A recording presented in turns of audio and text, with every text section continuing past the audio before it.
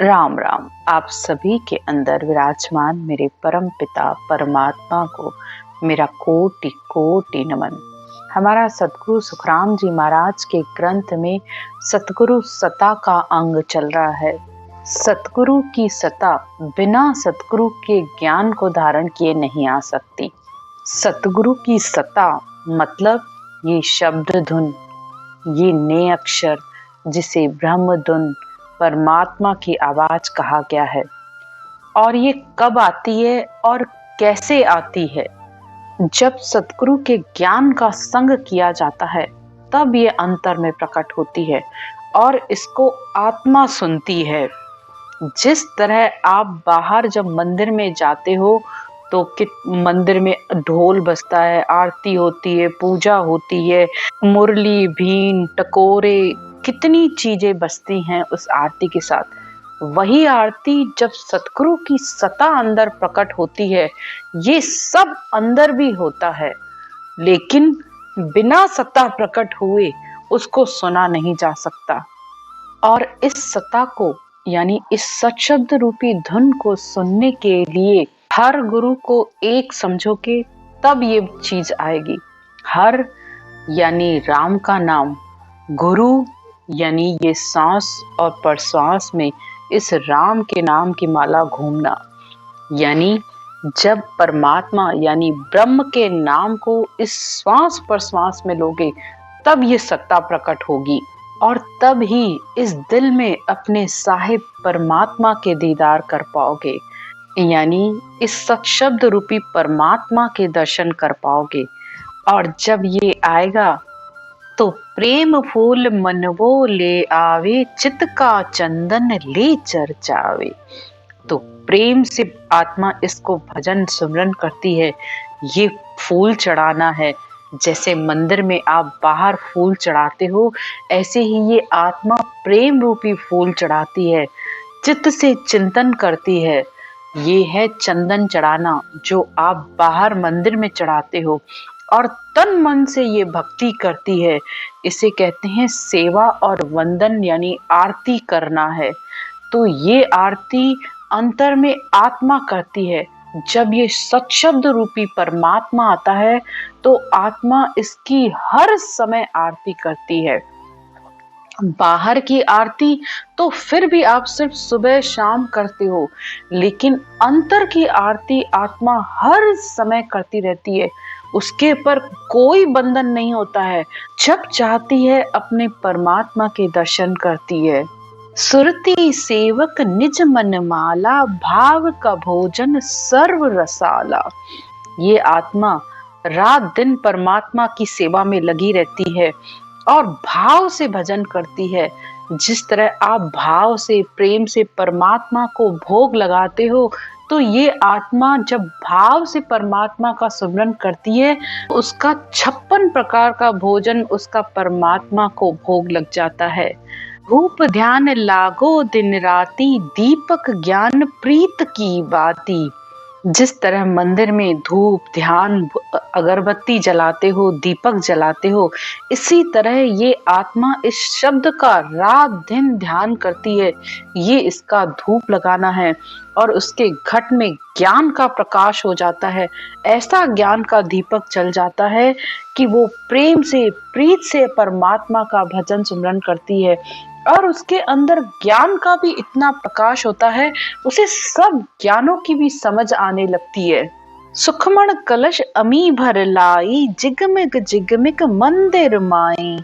जैसे मंदिर में कलश भरकर जल चढ़ाते हो, ऐसे ही ये आत्मा भी जब इसका श्वास और प्रश्वास में ये सिमरन करती है तो ब्रह्मांड में उसका अमृत का वो कुंड भरता है और वो सहारा उसके ऊपर अमृत की तरह बरसता रहता है। तो ये उसका कलश भरना है और इसी शरीर रूपी मंदिर में उस शब्द की उसको झिलमिल ज्योति जलती रहती है। जैसे मंदिर में हम लाइटें जलाते हैं, दीपक जलाते हैं, झालर लगती है, झनकारे होती हैं, वो सब ध्वनियां उसके अंदर भी होती रहती हैं। मुरली बीन बजे सुरनाई, शंखरी घोर घिगन घर छाई। मुरली, वीणा, शहनाइयाँ सब जो बाहर बजती हैं वही सब वो अंदर सुनती है।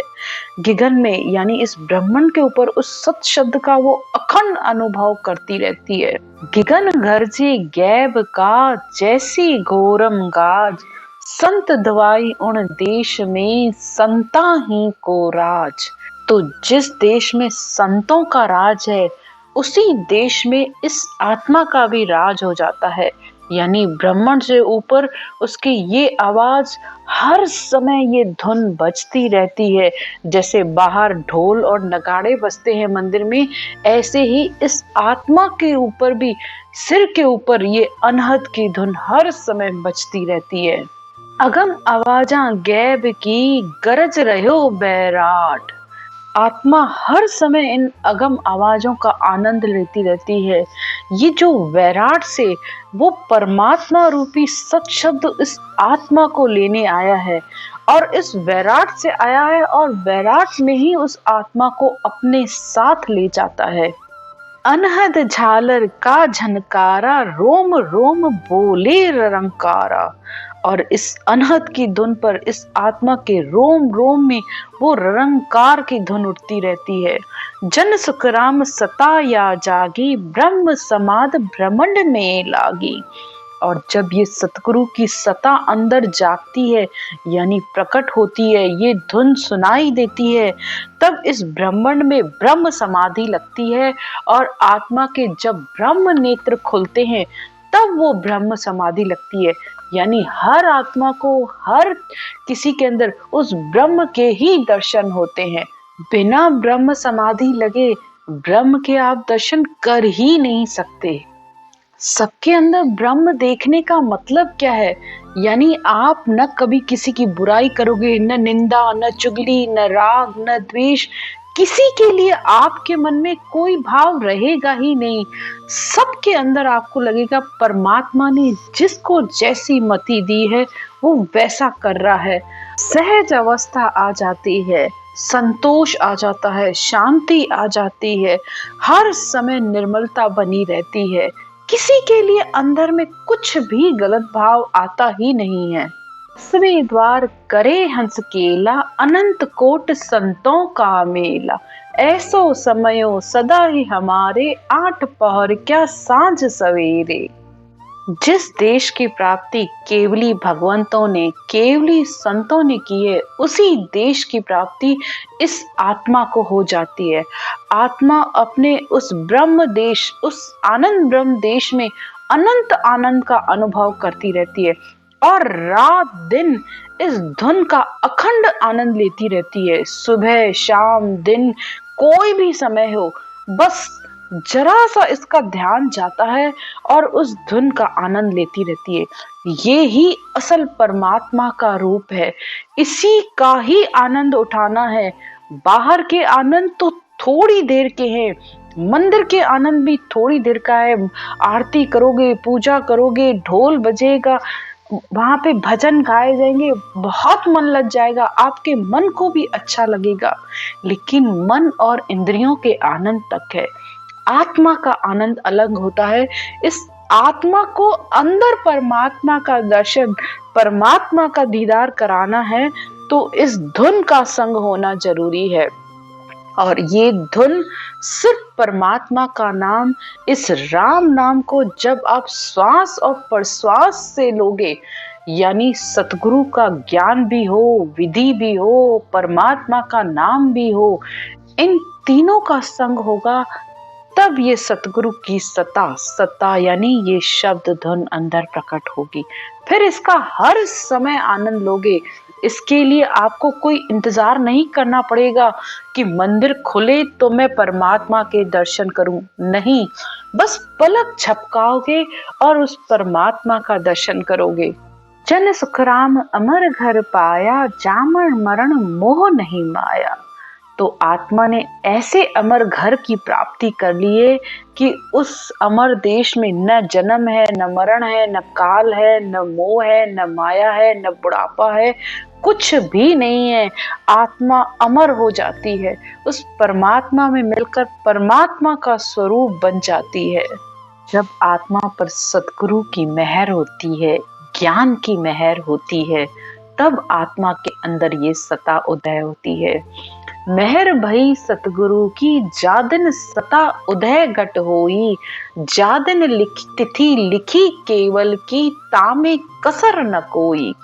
तो जिस आत्मा का समय आ जाता है उस केवल में, परमात्मा में मिलने का, तो उसके अंदर उस परमात्मा की, सतगुरु की दया हो जाती है। उस आत्मा के अंदर आकर ये सता, ये धुन के रूप में आकर जागृत हो जाती है और इस धुन के साथ ही आत्मा उस अमर लोक को प्राप्त करती है। तो सब ही संत कहते हैं कि इस सतगुरु की सता, इसकी कथा, इसका ज्ञान बहुत ध्यान से सुनो, उसको धारण करो। सतगुरु की कथा सुनी जो ज्ञानी ध्यानी सारा, 10वें द्वार फोड़ कर निकसे नहीं कहीं अटकण हारा।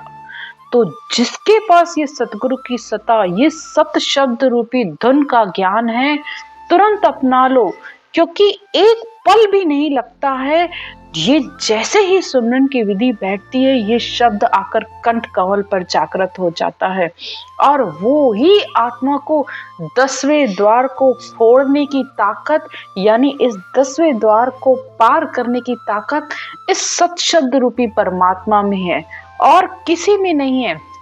और जब ये 10वें द्वार के बाहर निकलेगा तो ये कहीं भी नहीं अटकेगा, ये कहीं भी शब्द उसको रुकने ही नहीं देगा। उस आत्मा को अपने साथ उस देश में ले जाएगा, परमात्मा के देश में, कि खुद परमात्मा इस शब्द रूप, इस धुन के रूप में इस अंतर में प्रकट होते हैं। वो कोई ज्योति उजाले और चमत्कार के रूप में नहीं आते हैं। जैसे आत्मा की धुन है और आत्मा रूपी धुन जब इस शरीर में से निकल जाती है तो ये शरीर पत्थर के समान हो जाता है। इसी तरह वो परमात्मा भी अंतर में धुन के रूप में प्रकट होता है।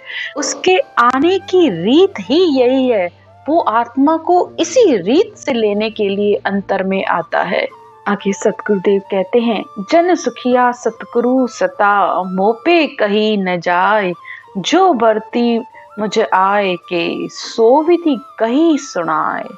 तो सतगुरुदेव कहते हैं कि मैं इस सत शब्द रूपी सता के कैसे वर्णन करूं, जितना वर्णन करूं, जितना कहूं उतना कम है, लेकिन फिर भी जितना कह पाया हूं और जैसा अनुभव हुआ है वैसा मैंने तुम्हें कहकर सुनाया है।